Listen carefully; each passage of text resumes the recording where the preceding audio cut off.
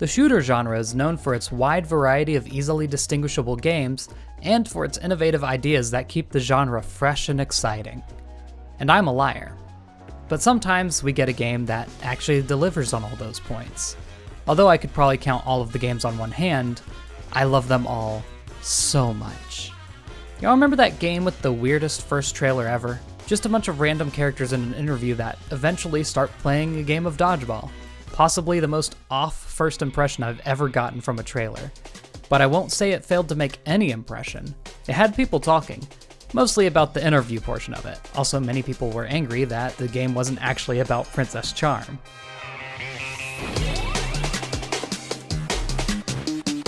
Knockout City is a tactical strategy game with a side of psychological warfare, disguised as a third-person shooter. As you can guess, the goal of the game is to hit the other team with your balls, but the fun comes from how you go about doing it. The game gives you a variety of options with how you throw a ball, and some more options with how to avoid or catch the ball.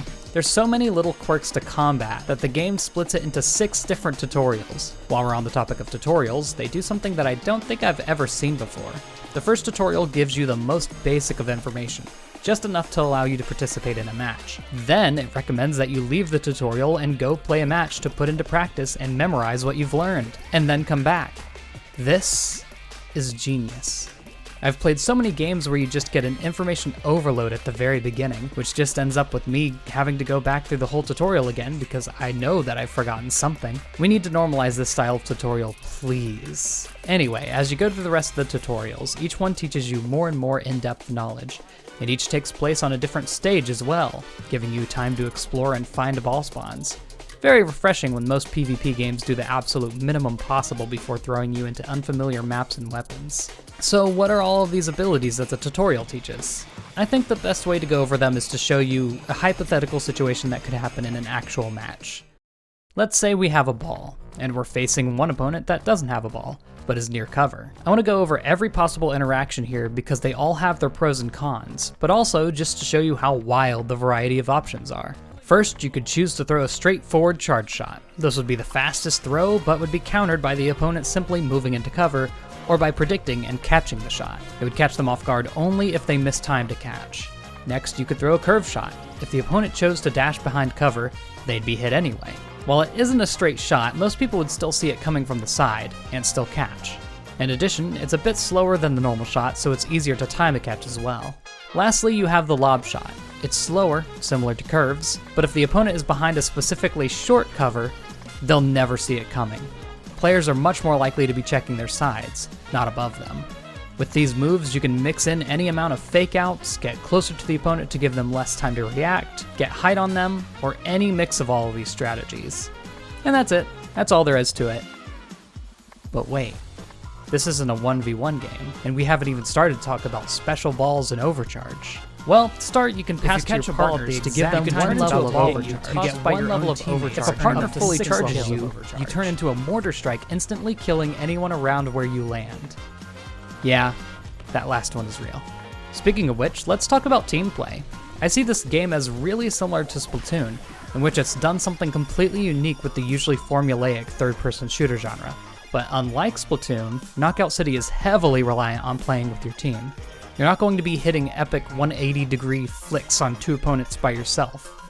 You're going to get overwhelmed and bodied. In 90% of situations, if you stick with a partner, you'll win all of your 2-on-1 fights. The simplest reason is, you can't catch 2 balls at once. Sync your throws and it's a guaranteed hit. That's not it though, they built team play into the mechanics of the game too. If you pass a ball to a teammate, they get an instant level of overcharge for a second, nearly guaranteed to catch an opponent off guard. Or you can just kinda do this and be thrown yourself. If you're thrown and land a hit, it'll be an instant knockout no matter how much HP the opponent has left. And of course, if you're fully charged and thrown, you turn into a mortar strike. Duh. I really love this mechanic because even though it seems overpowered, there's so many trade-offs. Do you risk losing out on a 2v1 situation, or even worse, turn it into a 3v2? If you're caught by the opponent, they have a chance to throw you out of bounds. Or if you just plain miss, you're caught out in the middle of the enemy team with no help. So many things to consider, not often as simple as peek around a corner and shoot. There lies the beauty of the game. There's a rock, paper, scissors aspect to every single encounter. Being the more experienced player doesn't mean an automatic victory. Sometimes you choose the wrong reaction anyway, and get punished for it. Oh, but were you worried that the matches might get stale? That every engagement in this abandoned train station will be identical?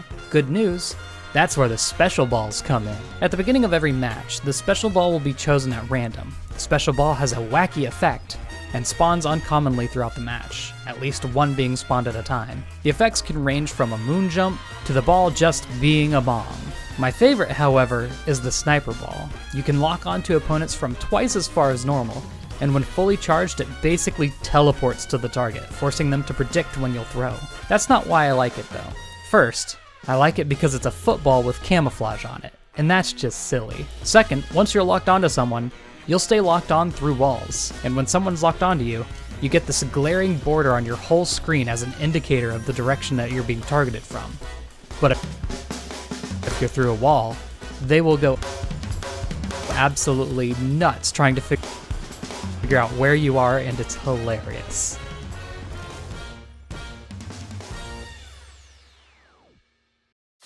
Looking at where competitive online games are right now, there's some clear ones that are the most popular.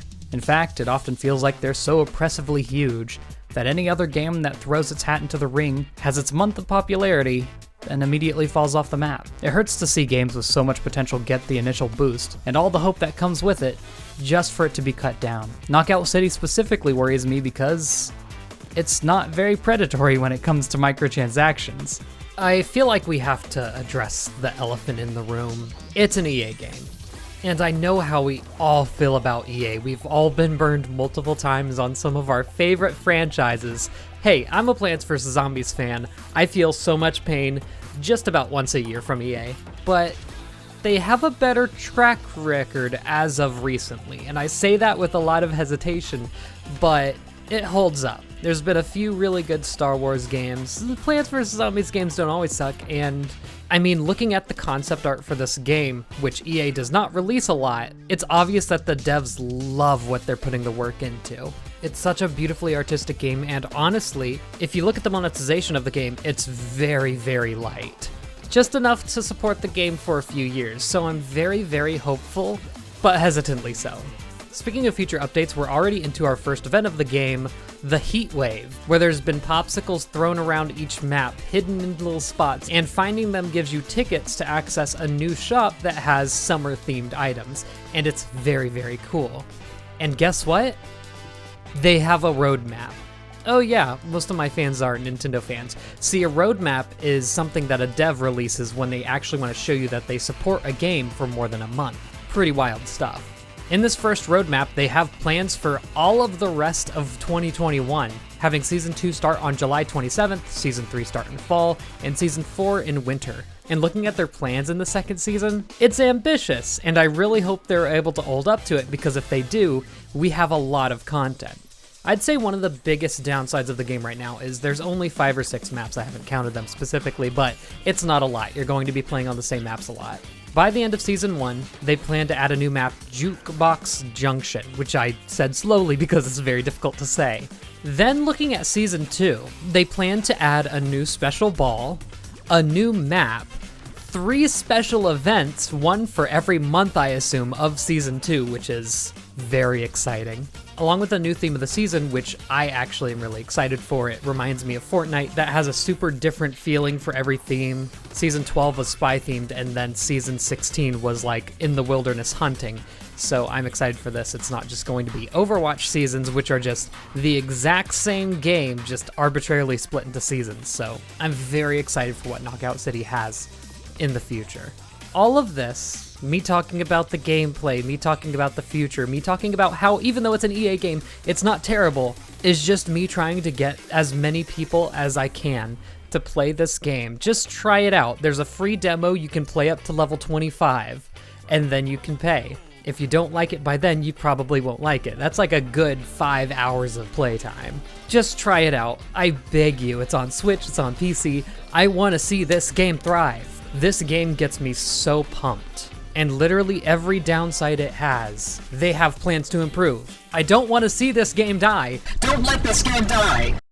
Hey, thank you for watching to the end of the video. I hope you enjoyed the video, and hopefully you found a new game to enjoy as well. I want to throw a quick shout out to all of my Patreon supporters who got this video a few days early, in addition to the script like a month early.